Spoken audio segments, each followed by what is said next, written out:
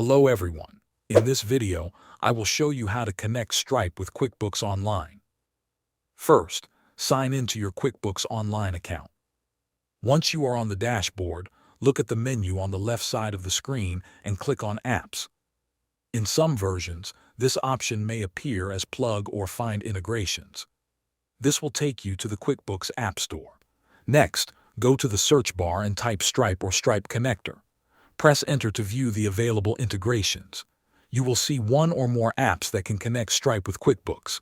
Select the integration you want to use, such as Stripe Connector by QuickBooks. After selecting the app, click Get App Now or Get Integration Now. QuickBooks will start the installation process and guide you through the setup steps. Read the information on the screen and continue when ready. You will then be asked to connect your Stripe account. Sign in using your Stripe login credentials. Once logged in, review the permissions requested by the integration. These permissions allow the two platforms to exchange data securely. Click Authorize to approve the connection. Continue following the on-screen instructions until the setup is complete. After the connection is established, QuickBooks and Stripe will be linked, allowing your payment information to sync automatically. Thanks for watching.